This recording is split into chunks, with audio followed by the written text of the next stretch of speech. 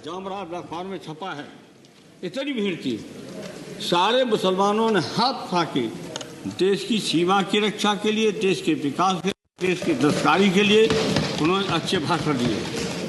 और हमने भी उसमें कहा, आप इतना अच्छा देश के लिए बोल रहे हैं, हमारा पूरा आपका सहयोग है।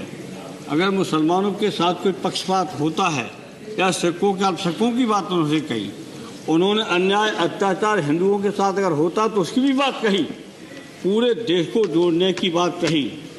अब मदनी साहब ने बहुत अच्छा भाषण दिया 1 घंटे का देवबंद वाले। अब उसके बाद जब ये कहा जाए कि मुलायम सिंह आतंकवादियों का संरक्षक है, मुसलमानों का ज़्यादा पक्ष लेते हैं, ये कहा इन्होंने। और मुसलमानों का पक्ष जब सच्चर आयोग की रिपोर्ट साफ कहती है कि मुसलमान सबसे ज़्यादा गरीब है, पिछड़ा है, अशिक्षित है, उन्होंने भी कहा कि इनका आरक्षण होना चाहिए, इन्हें विशेष सुविधा देनी चाहिए। इसी सदन के अंदर प्रधानमंत्री जी ने भी कहा कि हाँ, हमारे पास रिपोर्ट आई सच्चर आयोग की।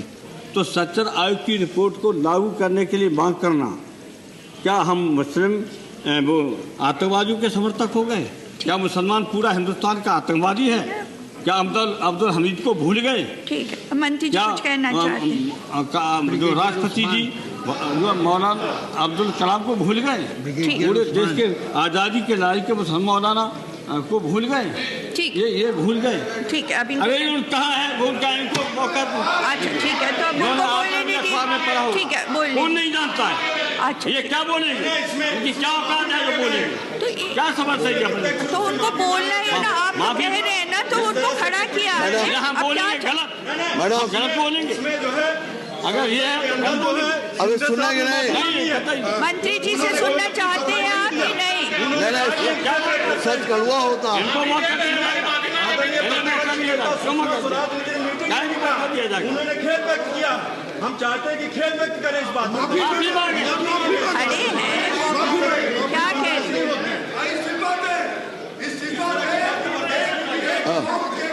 सुने तो बोलने दीजिए ना, उनको क्या कहना चाह रहे हैं? आतंकवादी का सारे मुसलमान का आतंकवादी का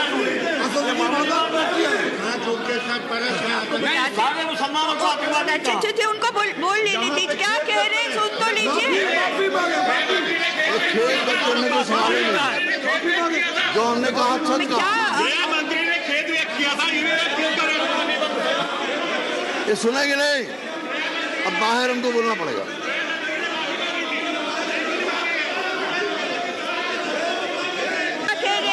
आपको क्या कहना, बोलिए। मैडम, आतंकवाद का कोई न धर्म होता है, न जाति होती है, न रंग होता है। हमने आतंकवाद का कोई धर्म जिक्र नहीं किया, लेकिन बाबरी मस्जिद विध्वंस आतंकवाद की घटना थी। मंत्रिमंडल से बर्खास्त कीजिए।